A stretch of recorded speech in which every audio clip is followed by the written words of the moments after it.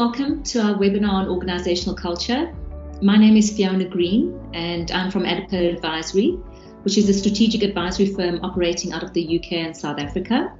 Our expertise lies in post-trade security services. I have two guests today joining me in this discussion.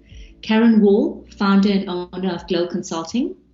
GLO Consulting provides executive and business coaching together with leadership, talent and performance management or development programs.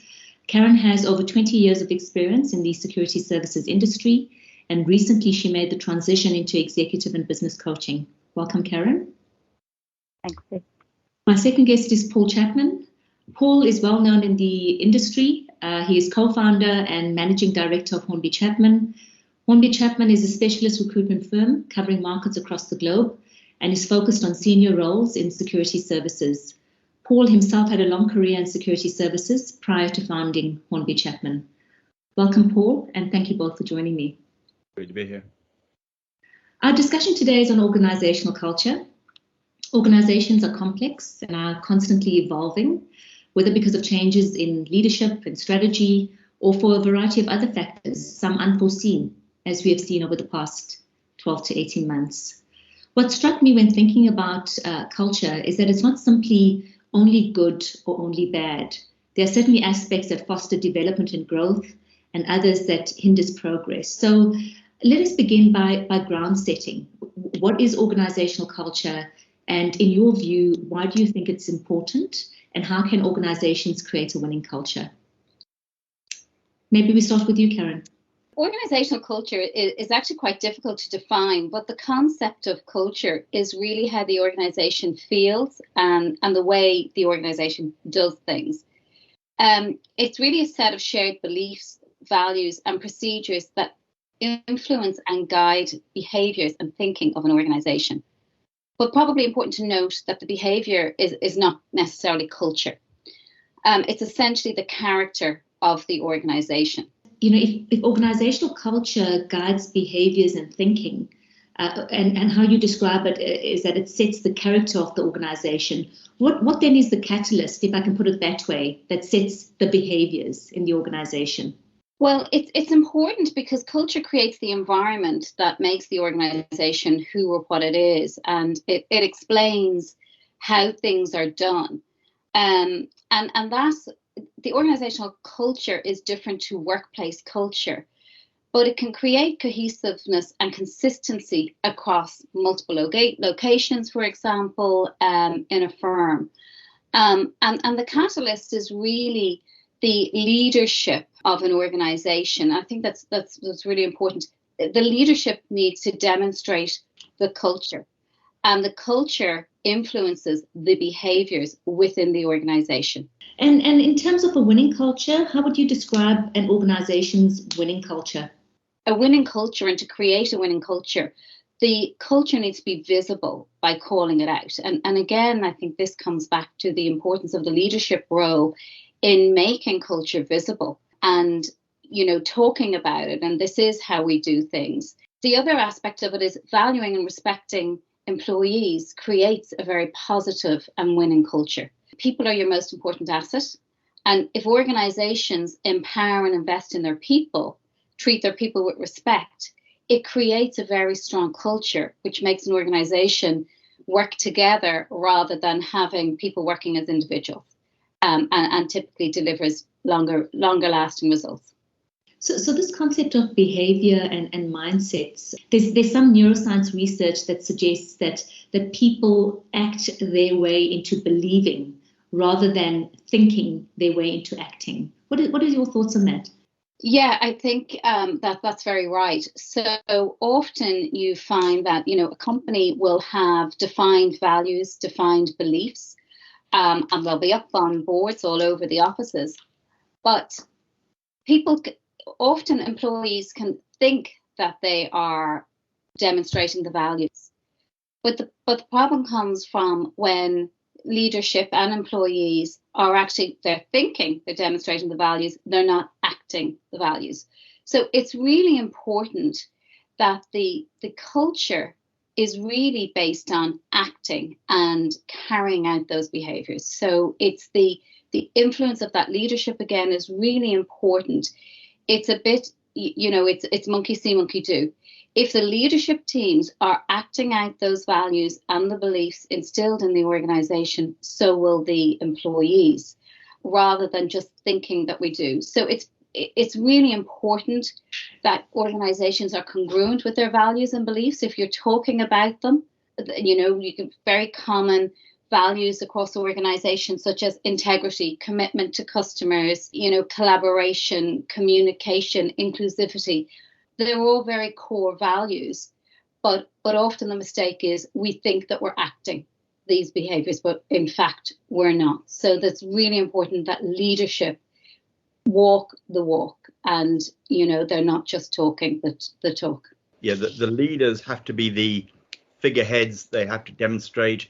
They have to espouse the values fully, and that needs to go all the way down. There can't be a dichotomy between what is said and what is done. And I think that good leaders and good managers, and we know there's a difference between the two, need to empower their staff. A firm is a living entity. It's a living organism. It's the function of its parts, and it's nothing without its people. And I always say that good leaders and good managers need to give the 3 T's: time, training, and trust to their staff. Without that, it all falls apart. But so many, or too many firms nowadays, I think, try and act as they read in books how a firm should act, and not with the realities of the real world in mind. And there is a bit of an arbitrage between the two that needs to take place, because a firm, as I think many, and I'm sure we'll come to it, millennials seem to think that the firms exist for the benefit of their employees, and they don't. A firm, in order to survive and help its employees, needs to be commercially viable, and it needs to make money. So there is it's got to accommodate both sides of being a commercial organisation whilst being sensitive to the needs of the employees and its client base. And I think if an easier solution for a leader is to try and empower their staff to act as if they own the firm, or whether they do have shares or not, or whether you have a tiny amount of shares. If you believe you own the firm and you're in the Hong Kong office, you will pick up that bit of litter in the elevator. You will straighten the picture on the wall because you think this is my firm. I'm not just a disparate part of it. And Paul, from a recruitment point of view, how often do you find candidates or new recruits wanting to know about an organization's culture before they join? Quite often. And I think the good element is at a senior level, every firm, well, every candidate knows that every firm, let's say a bank, there are 12 to 15 major custodian banks, have unique cultures. You have the more arrogant, perhaps Bostonian culture, some might say, the more aggressive New York, New Jersey culture, the more collegiate Midwestern culture.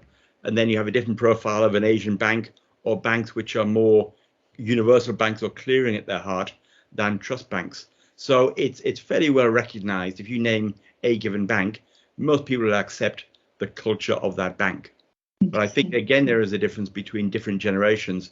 An older person, an older generation, will accept that a bank isn't perfect, and they'll accept that a bank is there in its simplest form to take in cash and lend it out at a slightly higher level.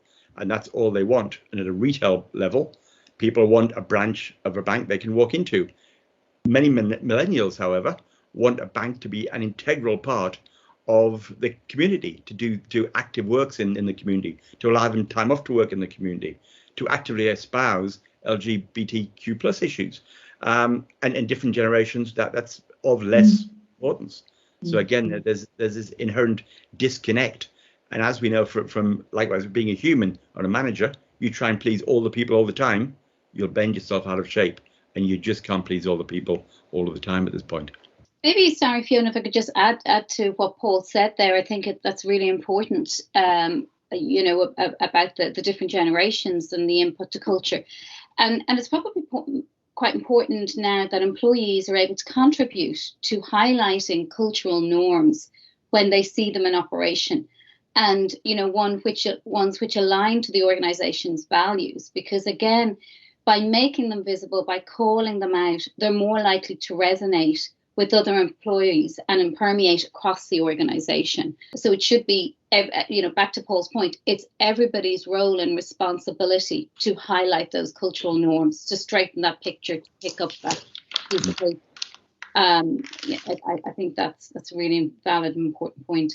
I think what's resonated with for me in this discussion, as it relates to the culture in the organization, is that one needs to recognize it, you need to understand it, and recognize that significant shifts in culture will remain a challenge. So, as organizations move through this really dynamic period in time where there's constant change happening, one doesn't need to set a stretch target around significant change, but just recognize that organizational culture is like a cog within a bigger machine. And it's not a small cog, it's a significant cog within this big machine that is the organization.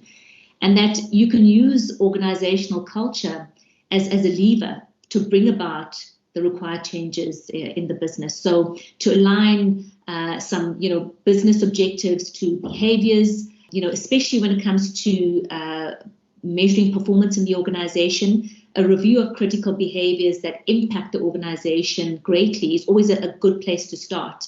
And here one could consider aligning critical behaviors to certain business objectives, as I said. Kendra, I think there's a demand now for appraisals. In the old days, you would get one appraisal a year or a pat on your back, and that was it. And now people welcome critique on an ongoing basis, which allows them to manage their performance, their personal performance, more accurately. And firms are taking it much more seriously as a positive mechanism, as a cause for good, rather than to use appraisals purely as a way to penalise people financially at bonus time.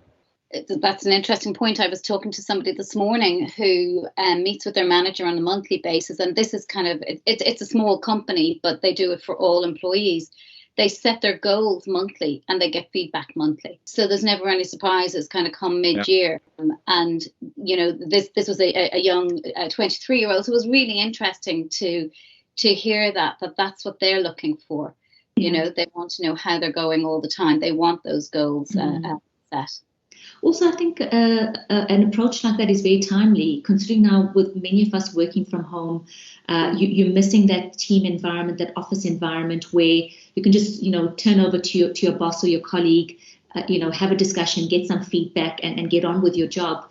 I think with us now working remotely, it's a lot more challenging to understand, are you on the right track, where you need that support? Obviously you can't be on the phone every few minutes with your line manager.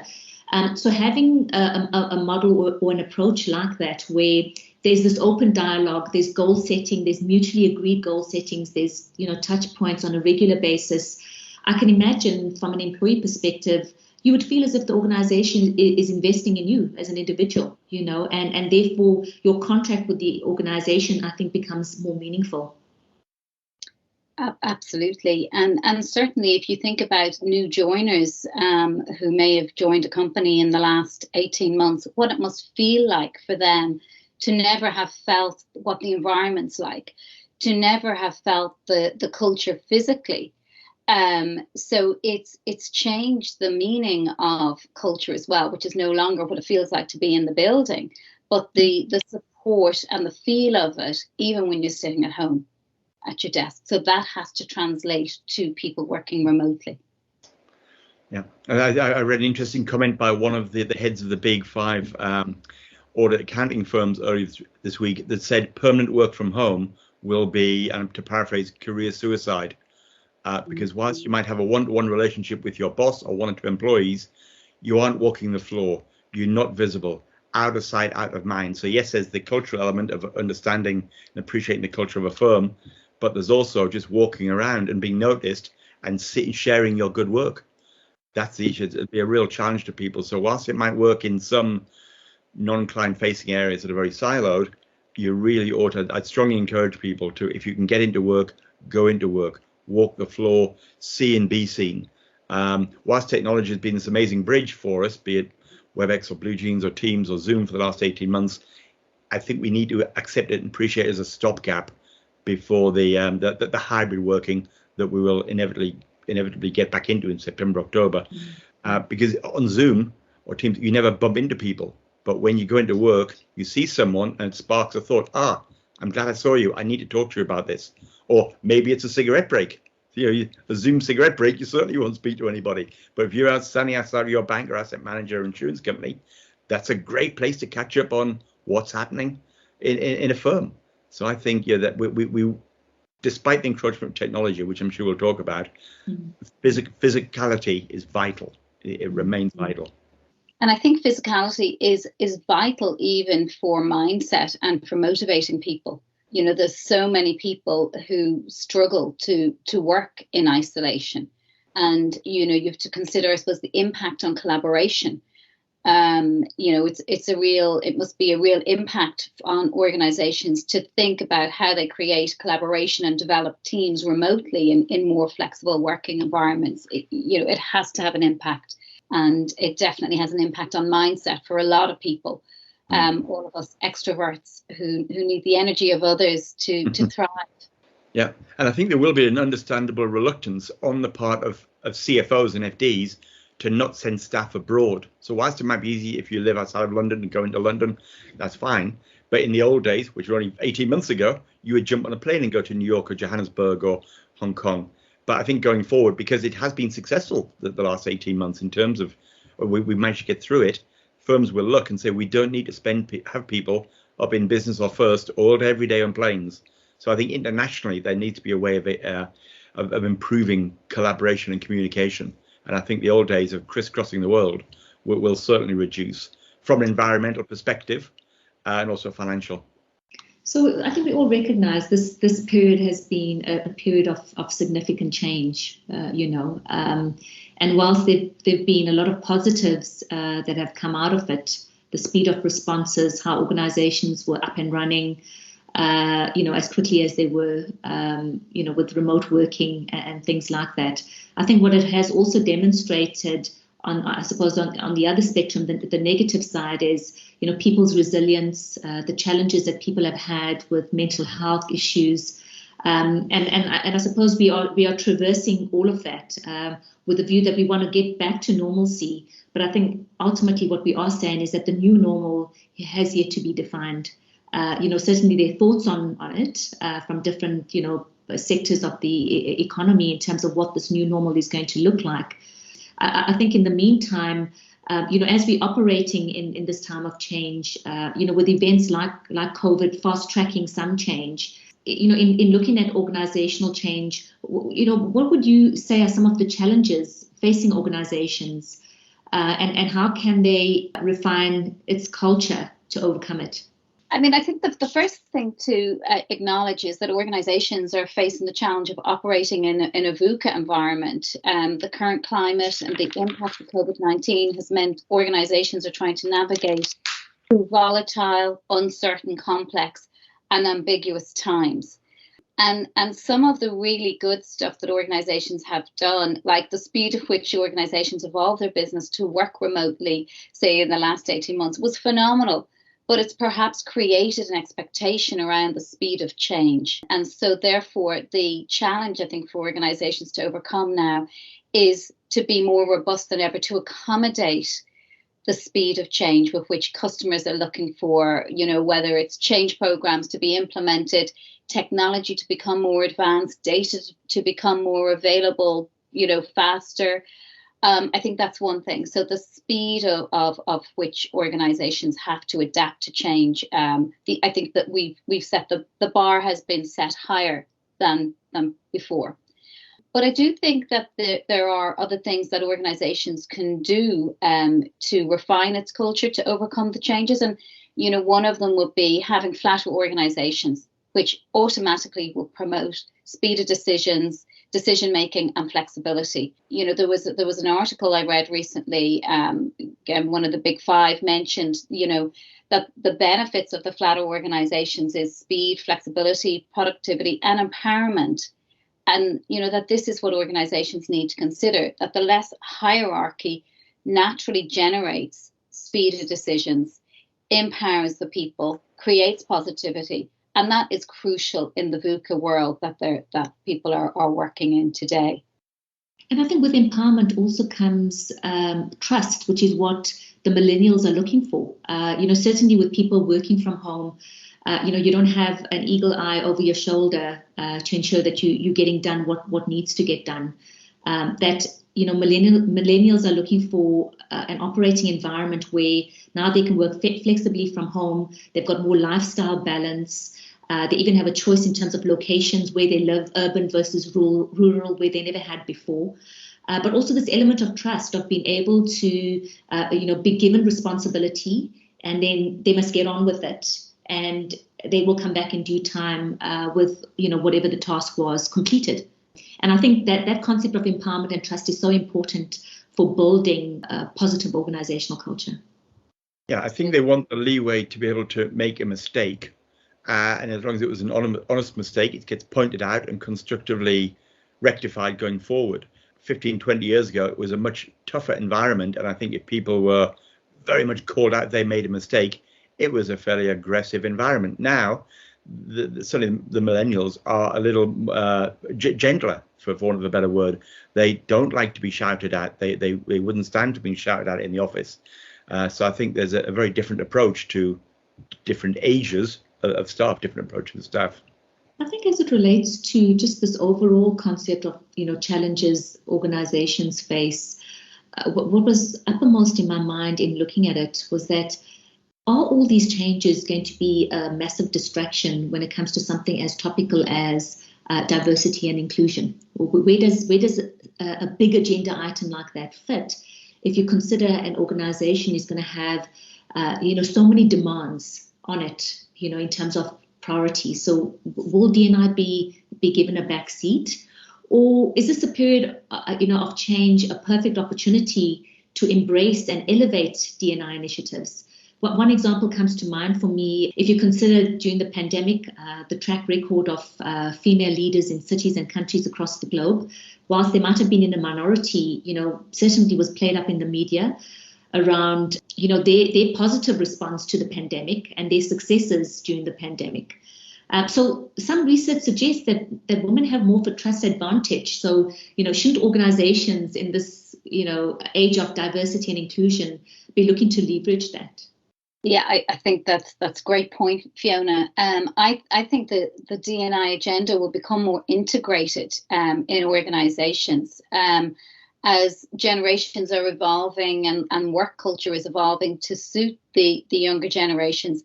Stereotypes are fading away. So even, using your example of strong women in leadership, there's great examples now of how you don't have to be a tough female leader to be accepted. You can show empathy, you can show compassion, you can be respectful. You don't have to beat people up to get what you want. So I think the leadership competencies are changing as time has evolved, and that's really evident in female leadership. And I think the impact of COVID and what we focus on and actually the remote working has also made it more acceptable for, it's very generic now in terms of who does what. Again, it kind of goes back to that stereotypes fading away, because being behind a camera has given us more freedom to be who we are rather than putting on your suit and going into the office and having to look and feel a certain way to conform with what's expected. And I suppose in the financial services industry, it has been known to be quite traditional. But I do think that that's changing. And, there's freedom to be who you are within that now. And it's much more acceptable. Everybody knows we're all sitting at home here we might have shirts on, but we've got our pajamas bottoms on at the bottom. So I think the mindset has shifted for people to be more comfortable in even just their appearance, for example. So I think it's automatically going to become more integrated. And, and perhaps Paul can touch on what he's seeing as well in terms of the diversity of talent pool that organizations will have access to. Yeah, no, I think you're right. And there's a growing amount of empirical evidence to demonstrate that firms that embrace diversity are more successful, actually more successful financially. And this is diversity in terms of approach. It's no use shoehorning people in because of their age, their race, their sexuality, or whatever it might be. It's diversity of thinking. That's what firms want, and that's what they need. And I think 10 years ago, management, I know banking better than any other area. Management of banks were invariably white men, because for the last 200 years, only white men had entered the industry. And so I think time is a healer, and over time, way more people coming in of different backgrounds. So that natural equilibrium will find itself, and people's talents will rise to the fore. It could certainly do with a little bit of assistance now and again. And the great organizations, people like Women in Asset Servicing, that are promoting a level playing field. So that's healthy. But I think the natural equilibrium will find itself probably in quite short order, I would say. And I think COVID has progressed, as you say, that level playing field of men and women, or people of different backgrounds working together. So at a practical level, then, now that we understand some of the challenges in the current environment, so we've covered organizational culture. What does that look like? What does a winning culture look like? What have been some of the challenges in the environment? Now what we're looking at is transformation, this concept of transformation of the organizational culture and the evolution in organizational practices that are really very topical now, more so than it's ever been. So there have been a number of contributing factors to this. So from a recruitment point of view, the entire landscape has shifted. There are new and increasing pressures on the workforce, remote working, increased collaboration, digital transformation, and more. So to stay ahead, most businesses will need to transform its workforce to meet these demands. So Paul, what are your thoughts on recruitment practices? And if you have seen a shift, whether related to COVID or Generation X and Generation Z and their requirements? There's several levels for this one. From a technology point of view, we have embraced technology in a way far quicker than we ever had to before. I think when you have the luxury of time, people tend to kick the can down the road and say, yeah, I'll deal with it in due course. Now we're obliged to use technology. And certainly from a recruitment perspective, there are many more video interviews taking place. And you really get a far better judge of people when you see them. Obviously, you can't see them face to face, but you get a good idea from how they comport themselves, how they get their background, how they speak. Do they interrupt? Do they not? Do they use their hands? It's a fascinating way of doing it. The second part of it is more holistically, in terms of we've all had time at home now, which we never thought we would have. Time with the family. And for many of us, we spent our life at work and our home was something different. Now they've integrated, and I think an awful lot of people have used this time wisely, in my view, to work out what's important to them. And it's not having the larger house or the shiny red car. It's actually quality time with friends and family, things we never thought we'd had. And I've seen, and I'm hearing from a number of people who now realize, rather than this incessant search for money, the affluenza, which is the curse of the industry, they have made the decision to retire early or move away from banking at an earlier age, and they want to do something which is more productive. They want to work on their legacy, be it environmental issues, be it working in a much smaller business, and they're fed up with the bureaucracy of a large firm. So I think there will be a degree of talent drain unless firms adapt and give a much more holistic approach to the welfare of their employees on that side. And Paul, from a recruitment perspective, what are your views on the demands that Generation X and Generation Z, what are your views on the demands that they place on organizations from a recruitment point of view? Again, in the old days, it used to be much more transactional. People accept, they go in, they work hard, they get paid, and they go home, and that's it. And they accept that a firm is a large and at times a brutal organization. Now, again, use that word holistic. It's much more. They want the younger generation want their firm to be sensitive. They want to be a part of that firm. They want to see the firm doing good deeds in the community, and they want to understand them. A much more symbiotic relationship than the more transactional relationship that has taken in the past. So, the challenge is that most managers are of the former generation, and they're having difficulty in accepting what a millennial really needs. As I said before, you can't please all the people all of the time. The demands of a 20-year-old who is single with no children is very different from a 40-year-old with 3 children or a 55-year-old looking for retirement. And they need to adapt to try and accommodate all of those without bending itself out of shape. And again, as I said before, the firm at its core has to make money. It's not there for the 100% benefit of its employees. It needs to make money to stay in business, for its customers as well as its employees. And Karen, from your perspective, how do you see, the drivers of organizational change, affecting culture? I would agree with Paul. What I'm seeing, talking to my clients, and predominantly you hear it more from the individuals. The impact of COVID is, as Paul said, we're all thinking differently. We're all thinking more broadly about what it is we want to do. We've all had time to get off that hamster wheel, and all of a sudden we're now living life rather than just running from one thing to the next to the next. I think Paul is right. There's been a shift in mindset with respect to what gives us purpose. And I think that shift is across all, whether you're 20, 30, 40 or 50 or heading to retirement. I think everybody's thinking about that, and they're thinking about it in different ways. So it is difficult for organizations to be able to manage that across the board. But we're all the same in terms of, needing a sense of purpose in an organization. So once we know that and we understand it, that can be different for each individual. And for some, that will be being part of, it might be being part of the women's initiative. It might be part of, the environmental teams. There's different ways to help employees find that sense of purpose, because it will be different for everyone. The other aspect of it, I think people are looking for different motivations.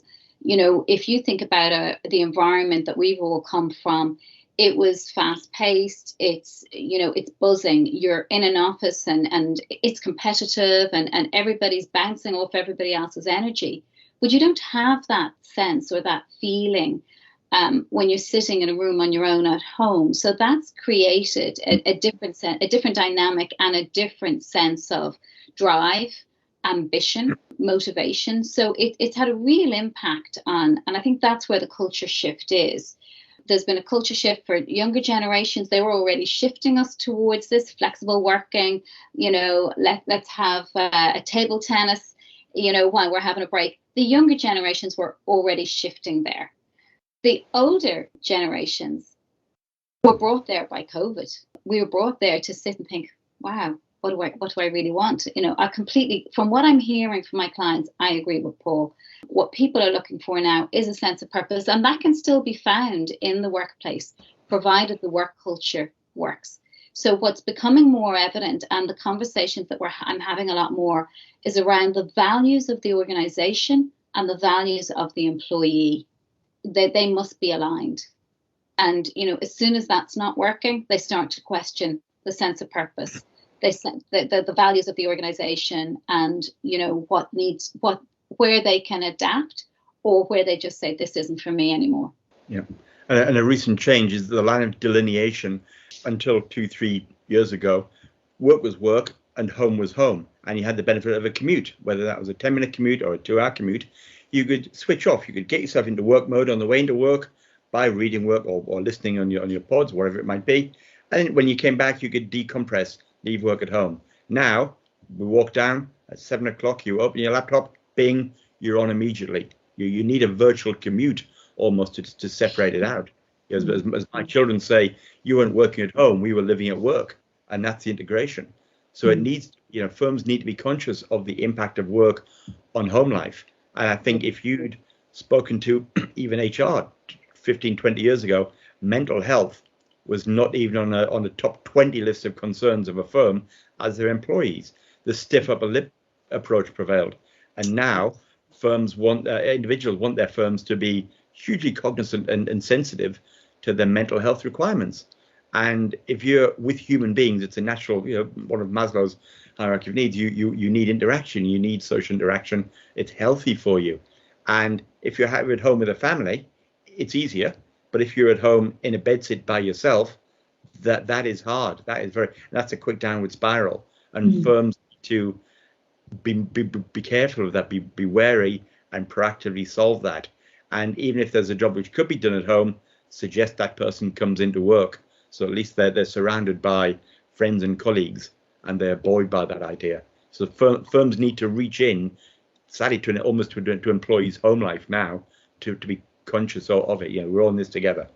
And Paul, I'm glad you mentioned that too, because well-being is becoming more and more important. That topic of work-life balance is less relevant. It's now about employee well-being, and it is more holistic than that. I guess the challenge for organizations is they now need to train their managers to be, all things to all people. You're not just going to direct, support, coach, mentor, teach. You now have to look out for signs of, mental health challenges. Is your employee struggling? Are they okay? Do they have enough support? And you're absolutely right. Sometimes that's going to take them into what's going on personally. And a lot of people won't say, and then other people will. But it does require organizations to ask even more of their managers, and that in itself puts pressure on the managers. But that's how culture is evolving. Yeah, because many people went into, again, I'm using banking as the case. They went in to be bankers, not necessarily to be salespeople or to be social workers, to look after people. And the skills that we needed back then, IQ came to the fore. If you're intelligent, because you could solve some problems, crunch some numbers, you would rise up. Now that's why we have computers, and that does all the grunt work. And EQ is much more important, equally, if not more important, than IQ. So the ability to have great interpersonal skills, social skills, that will get you to the top. The mark of someone walks in, doesn't say hello to the receptionist, doesn't say hello, gets their earpods in and just works. That may have been great 10 years ago because they just produced work and they walked out. But now you want someone who treats the receptionist with the same level of respect and or deference to the chairperson. And that's where they're the people that will rise up, people who are rounded, more conscious and sensitive to their environment and the humans around them. Just to finish on that point, leadership competencies are changing. 3 years ago, you wouldn't have necessarily seen empathy and compassion at the top of a leadership competencies, but they're there now, and they have to be. And I think, speaking to Paul's point, that's why reskilling and upskilling staff becomes so important on the organizational agenda. Because if you consider if an organization is adapting to change and transforming, how do they take their people along on that journey? So if the demand is now, from a line management perspective, to be more in tune with what is happening with your staff member, are there signs of any mental health issues? Are you seeing any of this play out in any of the Zoom calls, considering you're not, face to face with your staff? Your managers need to have the skill set to be able to do a rudimentary assessment on their own as to the health of the team. To Karen's point, I think it's great. 20 years ago, it's a sign of the progress and how far we've come along on the journey. If you were empathetic, that would be seen as a weakness. You're here to make money. You've got to make money and not take it. You're too soft. Together. Yeah. You're a soft line manager. Look, as it relates to drivers of organizational change and culture, the one aspect that has really had a significant impact across different areas of the organization is technology. So looking at the fact that you now have access to real-time data, it has resulted in greater efficiency and transparency in the organization. The development of software, whether it's in-house to an organization or through external vendors, has also enabled increased communication and collaboration. So, with all of that has come more flexibility. Look at working from home practices. Without the technology, it would not have been possible. Automation has also improved efficiency. And I think there's aspects of even sustainability that starts to feature when you're looking at how technology has transformed corporate culture, where we're doing less printing. The internet is now the source of all information. We're also considering in this time of COVID and post-COVID, reducing energy and building costs. So, this aspect of corporate change, and if you are a corporate entity yourself, is extremely challenging to navigate because there's so many components. We've touched on a variety of components just in this conversation, the hybrid working, the new generation, how technology has changed the environment, how COVID has changed the environment. And we haven't even discussed how an increase in regulation is changing how, corporate entities have to operate. So staying current with regulation, whether it's the new MiFID regulations or UCITS regulations, is an extra level of work and training and there's a monitoring burden now on organizations, which is essentially part and parcel of doing business. And that workload, that compliance and regulatory workload, is just now part of the overall workload that people have just had to take on board. But that has promoted the rise of regtech and technology solutions, whereas in the old days you'd have reams of people, quite expensive people, doing laborious repetitive tasks, analysing regulation. Now you have technology that can immediately source on a global basis within a few seconds all prevailing regulation, analyse it and give recommendations. And we're seeing it in that world, insurance world, in the medical world, in the legal world. The pace of technology is changing so much.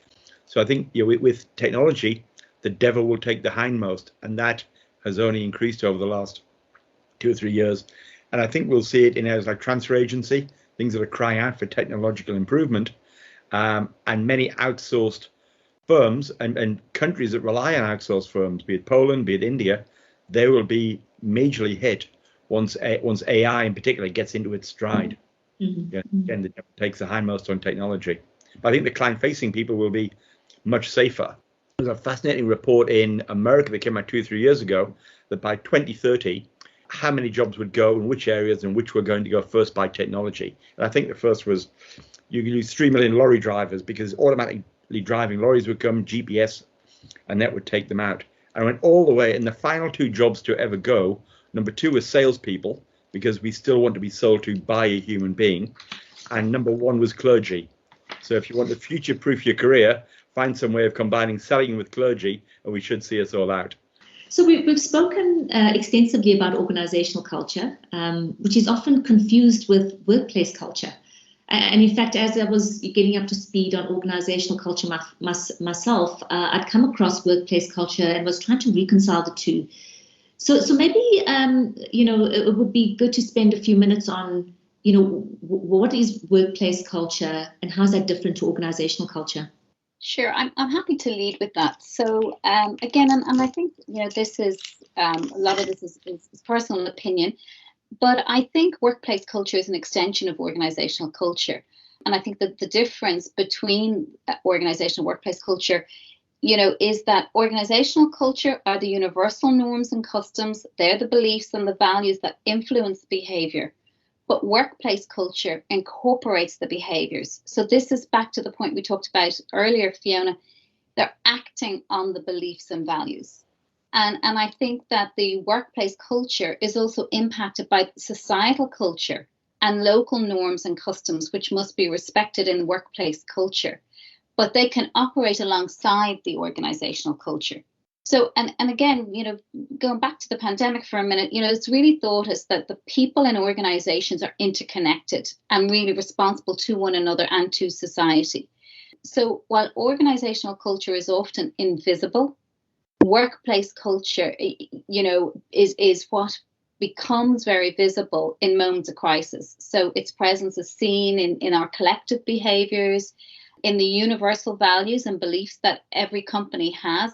You've seen global companies pull together, get things done, and deliver for clients, regardless of the workplace cultures, because the organizational culture overlaid that, if that makes sense. So again, I think it's very important, and the onus is on the leadership of organizations to align the organizational culture and workplace culture. So the values and beliefs have to be similar, but they have to take into consideration the local norms and customs as well.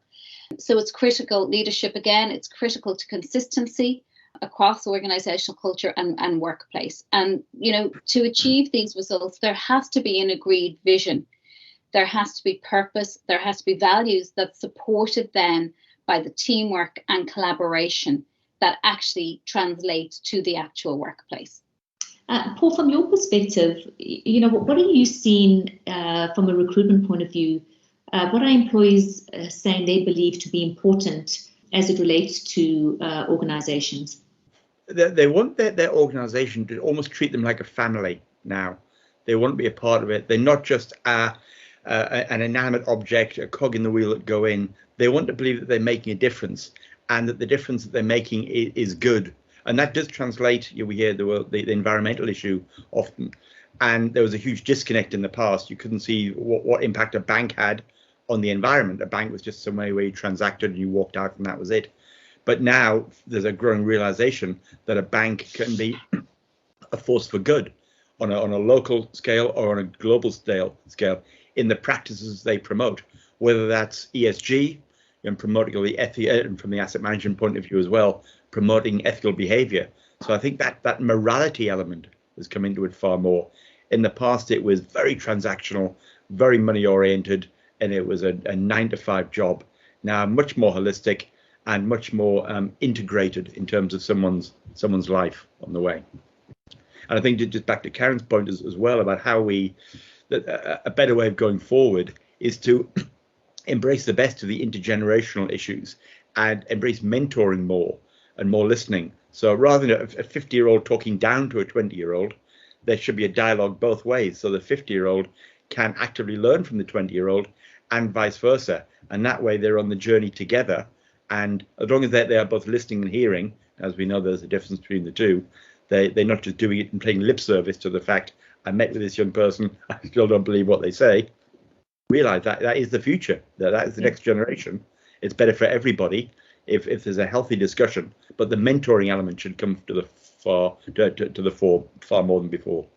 I think that's right. And I think also what's really interesting about that, even the reverse mentoring, is that when you talk about a company's values, they could be interpreted differently at different levels of seniority.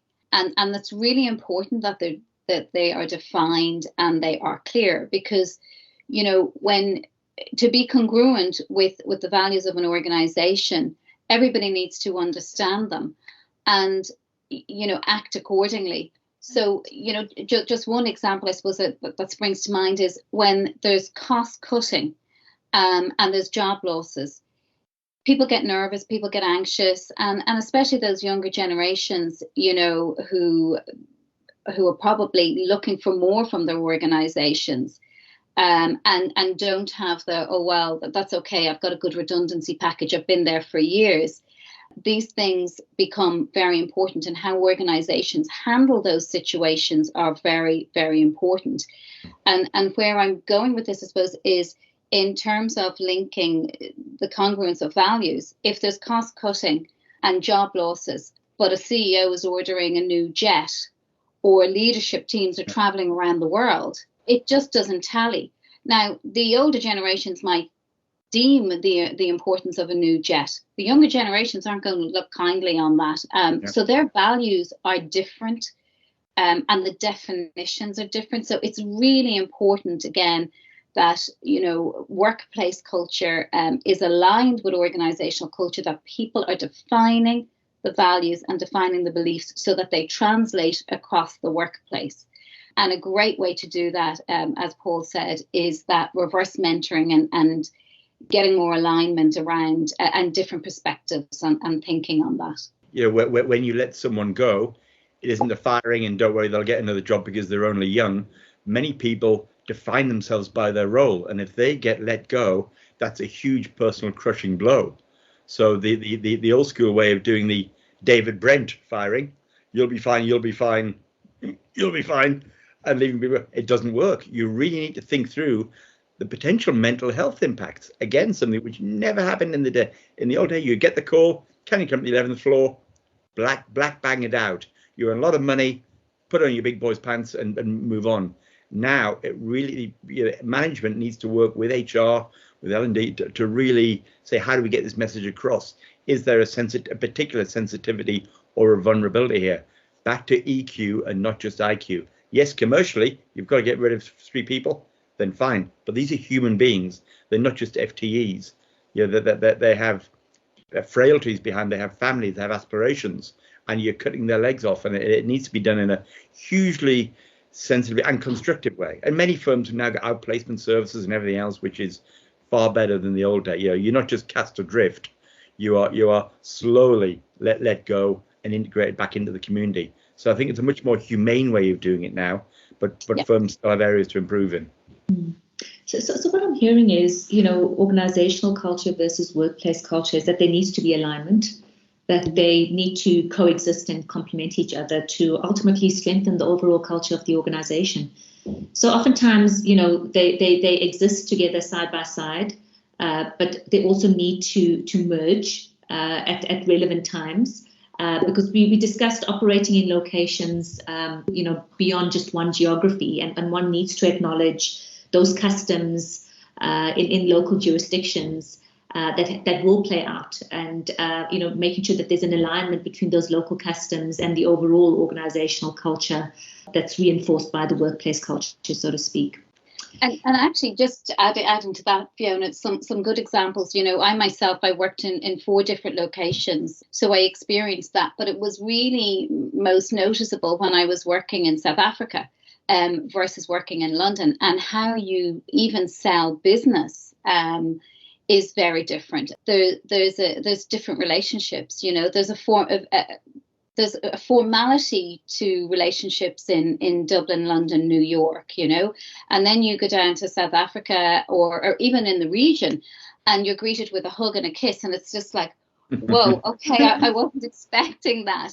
And that translates to the workplace as well. You know, having worked in an office with 4 amazing ladies, it was like just hanging out with my family every day, versus working in London, where the expectation and the competitiveness of the environment was very, very different. So it's in the workplace, and it's also in your work and how you work with clients, depending on their culture and their norms, and even working with other organizations, so other financial organizations, you have to take into consideration their norms, their organizational culture, their workplace culture as well. So it's a complex one that spreads.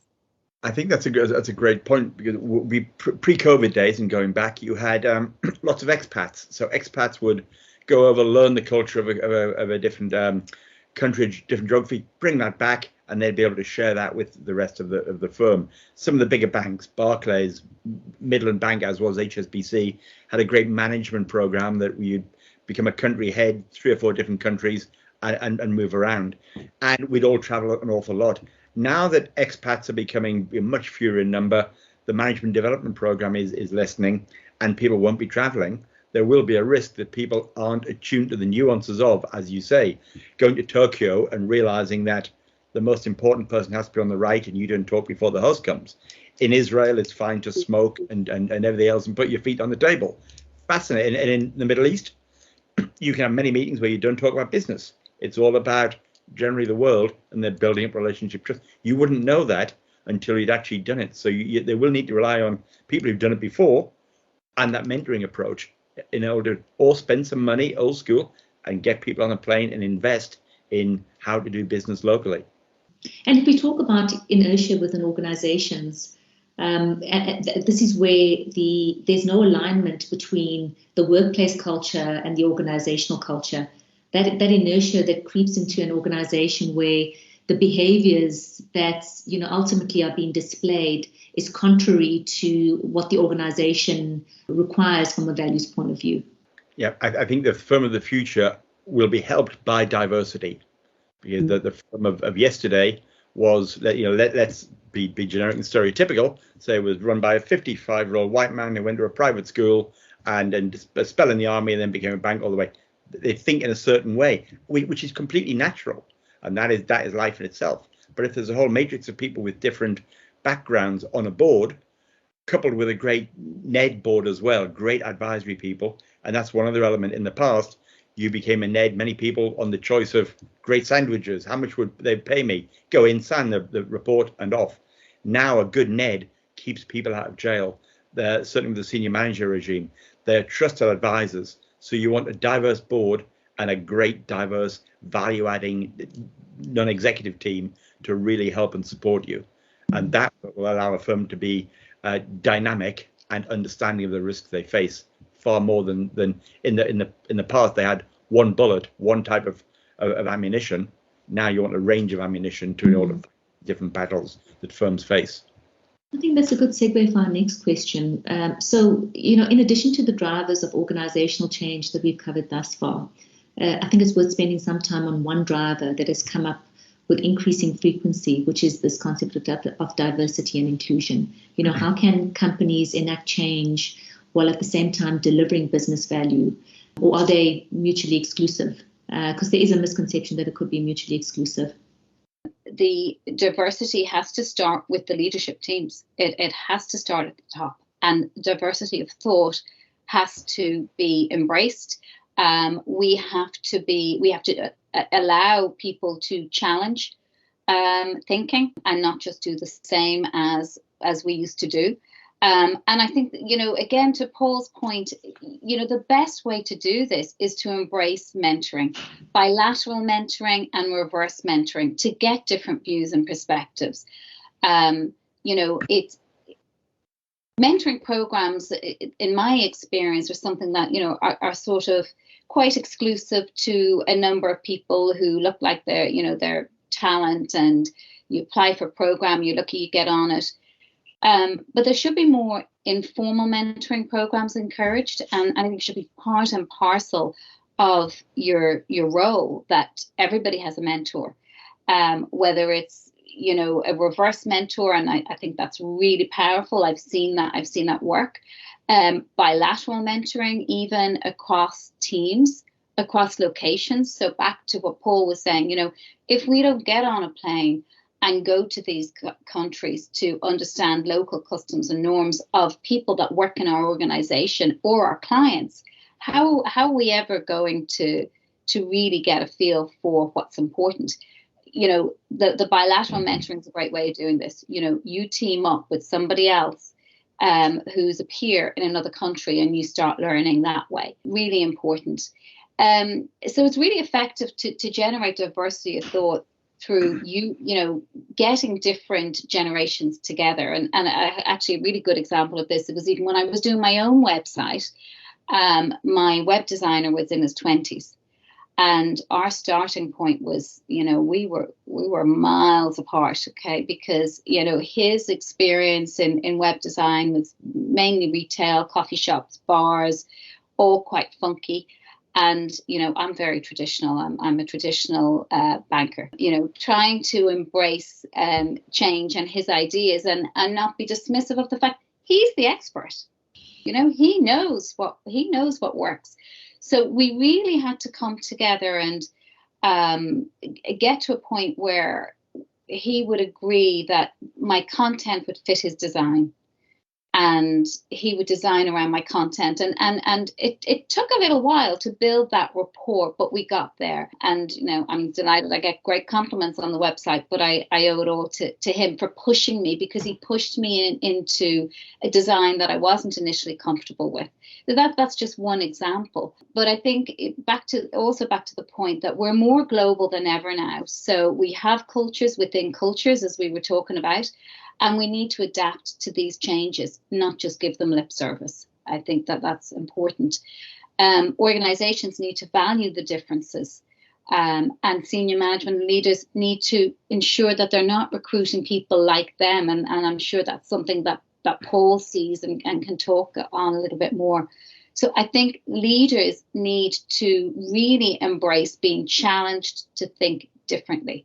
Because, most of the leaderships will be, probably a little bit older than the millennials, but they have to embrace that diversity of thought and move with the times that we're in now. Embrace the differences that female balance, transgender, LBT, whatever it is, can bring. Back to the points we talked earlier, empower your people, creating autonomy, and introduce the coaching practice. To develop mindsets and to open people's minds. I think that's really important. I don't think it's done enough. I know it's my business, but I don't think that coaching is done enough. It can be done internally. It doesn't have to be outsourced, but it's a phenomenal way to create diversity of thought and reward effectiveness, not burnout. I think that's really important too, that, historically there's a culture of long hours, and so therefore women would go, I can't do that because I can't mind the kids and do the job. So it automatically takes them out of the market for particular roles. But I think if we were to think a bit differently and reward effectiveness, that might change. And encourage collaboration. I think collaboration and teamwork should be rewarded, because that's where you get diversity as well. No, it's valid points, and I think to extrapolate as well, there needs to be an appreciation that we all agree that diversity, certainly of thought especially, is desirable. It can't happen overnight. Many people rise to the top of their organizations correctly, whatever their background, or after 25 or 30 years of proving themselves and having a demonstrable track record of success and being the right person to rise up. The injection of people who weren't traditionally, let's say, white men in Western banking has only happened over the last 10 years. So it will take time, and that natural equilibrium will find itself. It can be artificially enhanced, and there should be there are certain blind CVs you can go through. The Rooney Rule will embrace in different areas. There's BE in South Africa, all these different elements. So you can artificially enhance it, but a natural equilibrium will probably within the next 5 to 10 years find itself. And it may be that it is 70% men and 30% women. I don't think we can say we exactly need, because there are 49% of women in the world and 51 of men, that perfect mirroring, as well as on all the different, I think there are 28 different levels of diversity and inclusion available. I think you can't artificially enforce that, because you bend yourself out of shape again. It should find a natural balance with a little bit of help here and there on the front end of getting in and being open to candidates of all backgrounds. But be it social class is one that isn't talked about much. That's one swept under the carpet as well. We all hear about the racial, the sexuality element, everything else, but certainly in the UK, the poorest performing people are in schools and that translates into bad employment prospects, are young white boys from underprivileged backgrounds. That they should be helped and encouraged with training, back to the training element of things. So there are ways, and it's got to start both grassroots level upwards and then from the management downwards, embracing, so the meet in the middle. I think diversity and inclusion at the top of the house, if you're only concerned with optics, inevitably, even if you have quotas, it will filter through the system that eventually it becomes something that's not sustainable. Because if ultimately the culture in the organization is not the right culture for diversity and inclusion, people won't stay. So the question then comes in around this concept of behavioral inclusion, where you're getting the right people into the organization. There's a diverse crowd of people coming through the organization, and structural inclusion. And there's a difference between the two, and both are really important for the successful rollout of any diversity and inclusion program in a firm. So structural inclusion really, in my mind, looks at long-term structural change from an HR and administrative point of view. So all policies, committee structures, employee handbooks. For me, a starting point is an audit at that level to understand, do we have the right structures within the organization to actually enable and foster an environment for that is diverse and inclusive. And then the behavioral component will then come in, where there's a focus on diversity of thinking that you want to bring into the organization, where as you've said, Paul, it's not always focused on race. It could be a question of what is required from a competency perspective in this team that will bring that diversity. But the ultimate aim that we need to strive towards, and I think we are getting there, is not to see sex or race or religious background or whatever it might be, in that we are all just humans. And I see hugely heartening signs of that in my children. I have children of 17, 16, 15. As far as I can see and hear and tell, they don't see sex and race and background, and that they have friends of all different types. And that's fabulous. And it would be odd to even mention the fact that someone is of a certain background, that they're just friends with different personality traits, but they wouldn't worry about what someone's sexuality is, and have friends of all different hues. That's great. That's what we should be aiming for as a culture. And I hope it's not naive, because this next generation, it will be us in 20 years' time. They'll be the ones, and they'll be having a very different conversation, because what we're talking about now will be dinosaur stuff. Well, you talked about that in the same way that I share some things that happened in the early days of banking. and their jaws drop. That used to happen, and that was the norm. A bit like smoking on airplanes and all the rest. They say, you're having a laugh. These things change, and it's natural. You never think about them now. So the aim should be, I think, with a little bit of artificial help and progression, to get to the point that D&I is just it's like electricity. Things just happen without thinking about it. Mm-hmm. Yeah, but it'll be much more integrated. It won't be an agenda. Yeah, and the numbers themselves will make that happen. This is the numbers game to a degree. As I always say, if you want to make a cake with 90% flour and 10% sugar, and that's the ingredient, the end result isn't going to be 50-50. At the moment, thankfully, there are way more people of diverse backgrounds coming into financial services, and that's what we need to encourage, that it is a welcoming, holistic, friendly, positive environment, whereas it may not have been that environment 20 years ago, and that shows the great strides that have taken place and an opening of people's mindsets in recent years, which has got to be for the benefit of all. So going back to the initial question, does diversity and inclusion, does it preclude an organization from being able to deliver the business results? And I think resoundingly, the answer is no. Research suggests that companies that are diverse will outperform their peers. There's also a strong correlation between gender diversity and positive behavior, which is associated to business performance.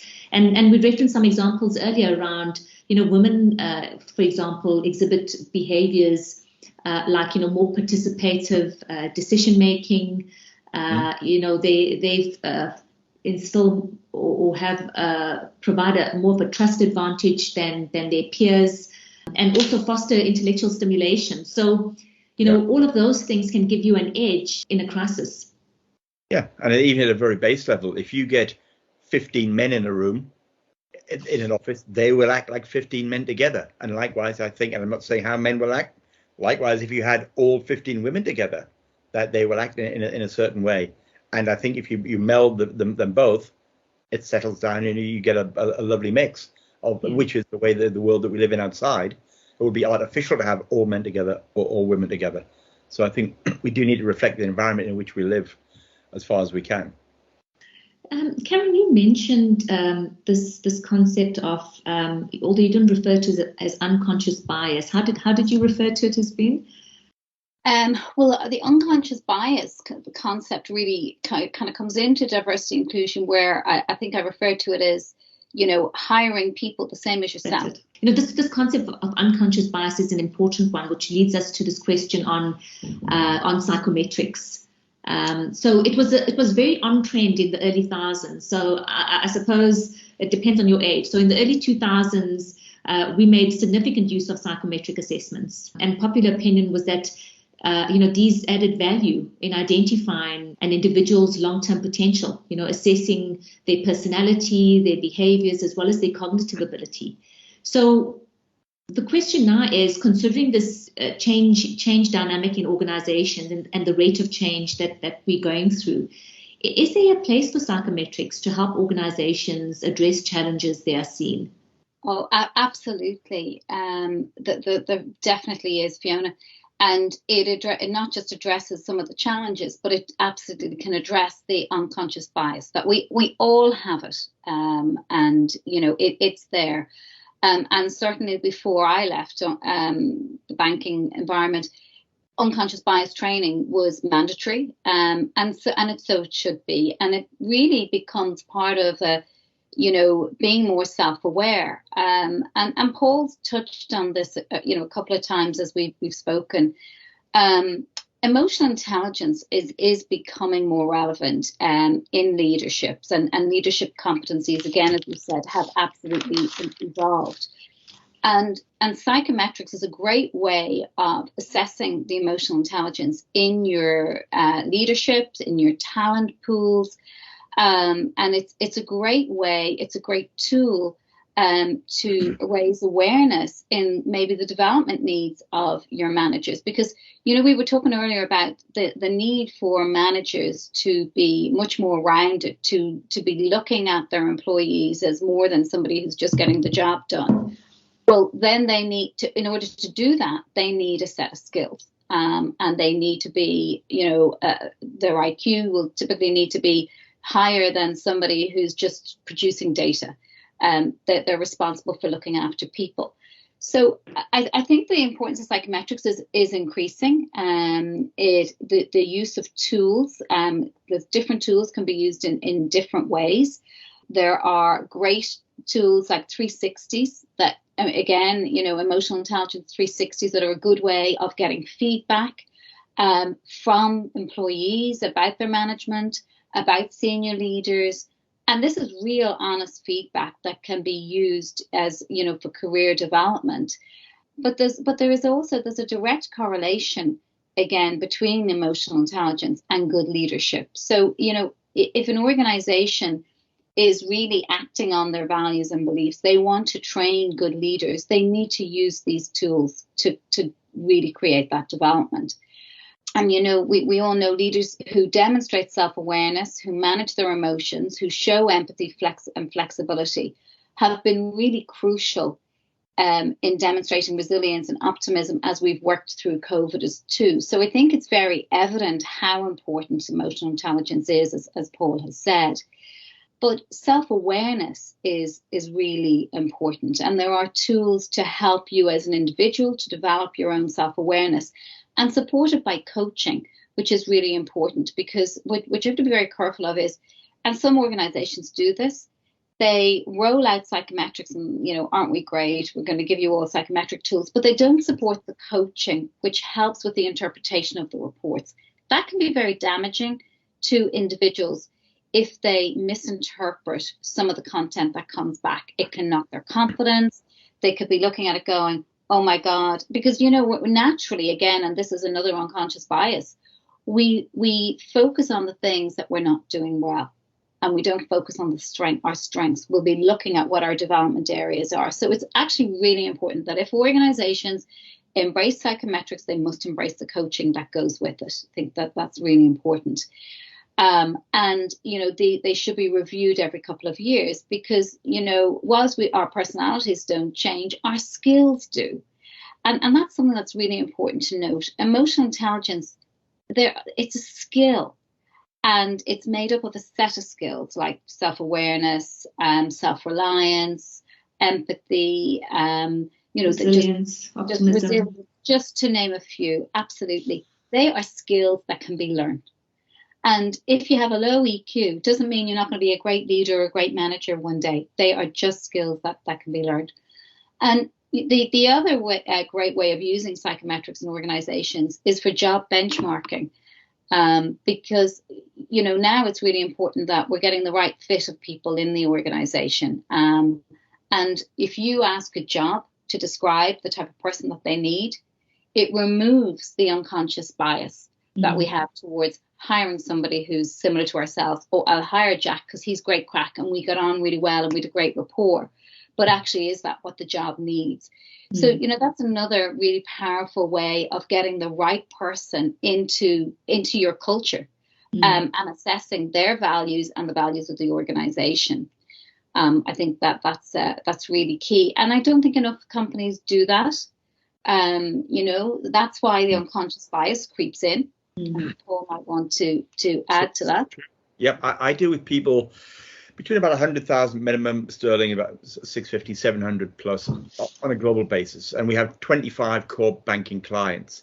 And it constantly gobsmacks me. And these are normally client-facing people who need enhanced interpersonal skills, that at best 10 to 15% of my clients actively embrace psychometric testing. They may have an HR interview as part of the process, but that's a human being asking the classic, are you a Ferrari or a Mondeo sort of question, where do you want to be in 5 years' time, axe killer or none. And they don't use these great tools that are out there. And I think the right firms will absolutely embrace it. And you're right, analyze the information correctly, not just the raw data, but use the information on the front end to get the right people. But equally on the back end, so many firms even nowadays don't do an exit interview. And if they do, it's a tick box exercise. They get a junior HR person. What went wrong? Why are you going? Okay, lovely, filed, gone. They need to listen and hear exactly why they're losing their staff. A bit of turnover is healthy and good and should be encouraged. But if you've got north of 15% should be the danger figure. Once it starts rising above there, there's something intrinsically wrong within the firm. And I think if the right firm embraces psychometric testing on the front end done correctly, exit interviews really done well, but constant appraisals and mentoring up and down, the cross in the middle, appraisals, mentoring, they're doing an awful lot for their employees, and their employees feel from their part that their firm has a vested interest. They're not just back to being a cog in the wheel. They're actually all in this together. I feel as I own the firm. You know, I want this firm to do well. If the firm is this thorough with me, I hope they're equally thorough with everybody else. That's great. They're not letting rogues slip through the net for different mindsets. So I think it's more firms absolutely should embrace either in-house psychometric testing or externalize it for even more impartiality.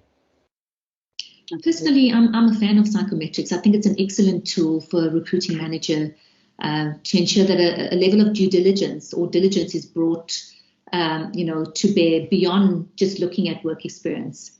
You know, that when assessing candidates, there's a variety of things that are in the mix now to look at suitability. So managers wanting a high-performing or high-functioning team with new additions that bring something new to complement the current skill set. And oftentimes, because of our unconscious bias, we don't necessarily make the smartest choices. It should be much more of a science than a subjective art. And I think it was recognized as long ago as 1970 when Lee Iacocca, who a very charismatic businessman, a bit like Jack Welch or Jim, he said, listen, he built a multi-billion-dollar business, but he said, I'm wowed. He said, I'm a 5'3" guy from Wisconsin, and if this 6-foot blonde lady walks in, or this great-looking guy from New York with character and dresses amazingly, or wow, he's great. He's everything that I'm not. We should hire him. And he said, no, I want to see a CV with no name. No, I can't tell this is a man or a woman, where they're from, how they talk. I want to see what they've done, and that's the initial area of getting through. And nowadays, more and more, thankfully, clients are asking on that front to get over unconscious bias, blind CVs. To a degree, that just pushes a problem down the lines. If you have the wrong hiring manager, their bias will come out when they eventually see that candidate, whether that is a sexual or racial, or increasingly an ageist issue. You know, and again, I think when I said that the social element is a big and unspoken issue, ageism is a huge unspoken issue. And I'm not sure we're dealing with that one particularly well at all. That's hidden under the stairs at the moment. Let's come back to something that you mentioned, Fiona, with respect to teamwork, because I think psychometrics can be really powerful when you're looking at collaboration and having the right teams together in multiple different ways. You know, there's strength finder psychometrics that will highlight the strengths of each of your team. But there's also psychometrics that can help to assess, you know, not just a person's strengths, but how they like to be communicated with, you know, and also what motivates them. So as a manager, if you know somebody's very analytical and they have no interest in talking about the weather or what they did at the weekend, you engage them differently. And a lot of time can be lost by, again, using our in the state of unconscious bias, where we treat everybody the same.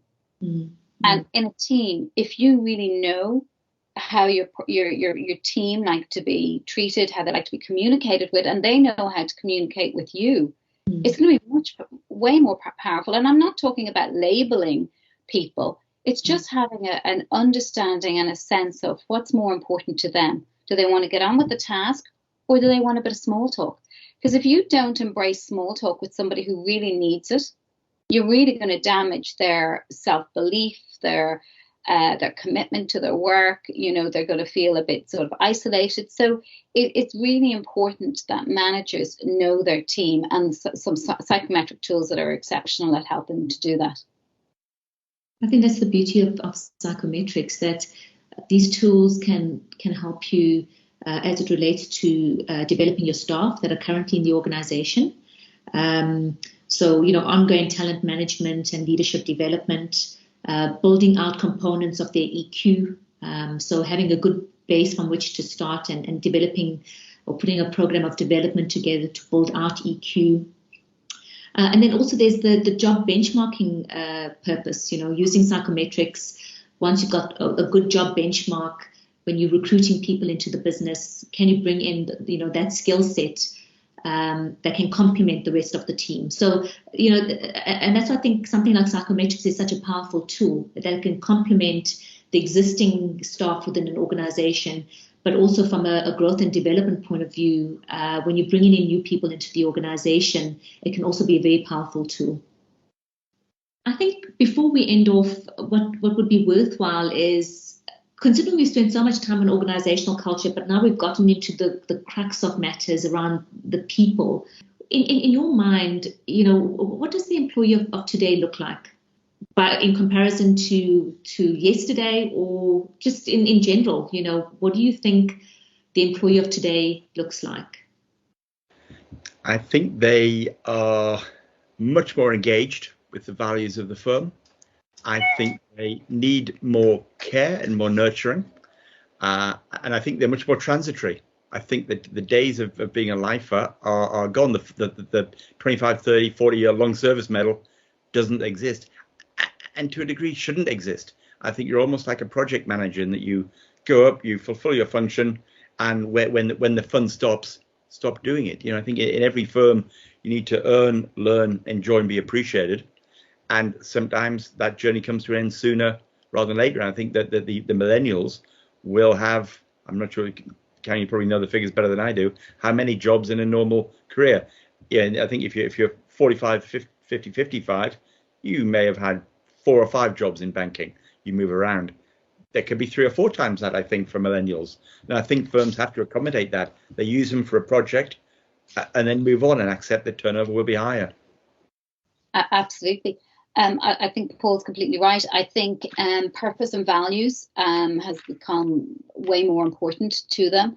The purpose and values of the company has to align with the purpose and values of the individual. Communication is really important. They need, and that works both ways. They need to felt heard. They need to felt listened to. And they need to understand and hear back, what's important, what's the purpose of the firm. So the vision, the mission, and the objectives of the firm need to be really clear. So there has to be clarity and communication from the top. And well-being, again, back to Paul's point, the concept of well-being of the employee within the organization and outside of it is becoming more important. They want to be a part of something more holistically than we did before. I think from my perspective, what does the employee of today look like? Looking at it from the employer's side, I would say that, employers would be looking for people that are resilient.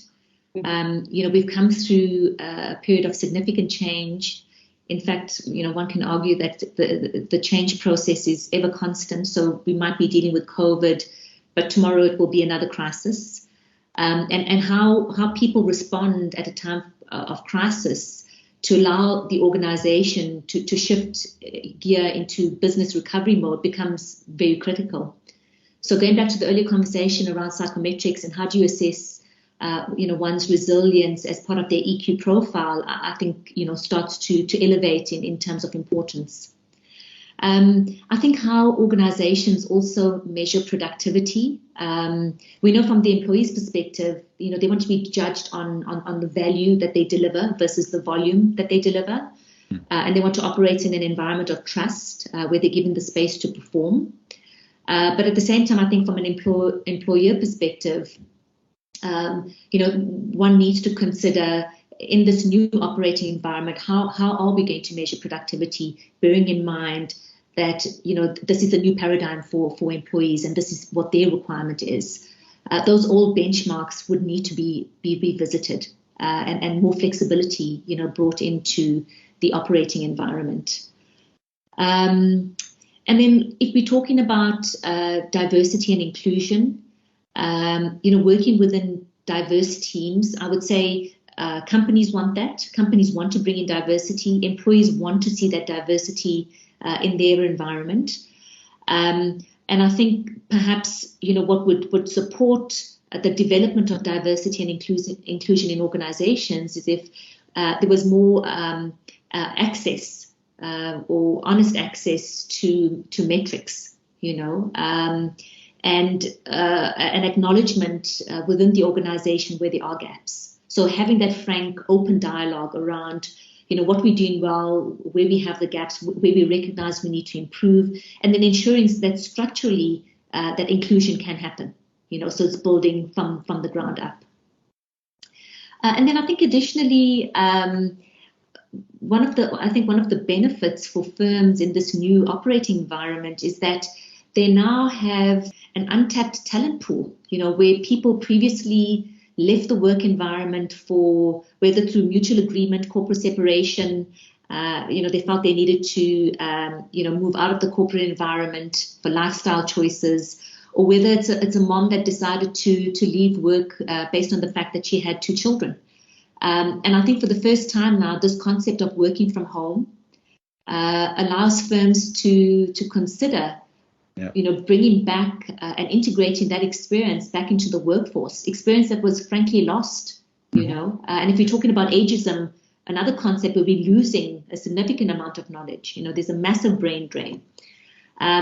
So, by integrating that untapped talent pool, whether on a part-time basis or contract basis, I think just creates a bigger pool of talent again, which is marvelous. Yeah, bodes well.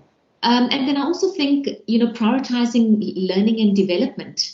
I think if anything, what the recent crises have taught us is that we need to prioritize our people, their learning and their development and their growth.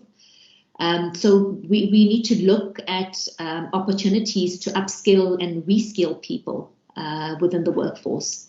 And investing in people will go a long way to building an engaged, committed workforce. Yeah. And I think to further support that learning and development, engaging mentoring programs, whether they're your standard mentoring, bilateral, reverse mentoring, and coaching, will supplement that learning and development, because it supports and provides a safe environment for employees to learn and to challenge themselves, without being judged. And that's really important as well. Yeah. Well, whilst we aren't where we need to be, I don't think we should underestimate the tremendous strides and improvements that have taken place in the workplace over the last 15, 20 years. To work now, they're very pleasant places. You can have great, constructive, lucrative, enjoyable careers. And I think in a much more balanced way. It's open to all now. And I think it's changed almost out of all perception. A 1970s, even 1980s banker wouldn't recognize, thankfully, where we are now. It's changed out of all proportion, which is hugely encouraging for the next generation. Mm-hmm. Well, Karen, Paul, we covered a lot of ground today. Somehow I feel like we only scratched the surface. We now definitely have a better understanding of why culture is important and what we need to do to develop a winning culture. So on that note, I thank you again, Karen and Paul. Until next time. Thank you, Fiona. Thank you, Paul. Thank you. Have a good day.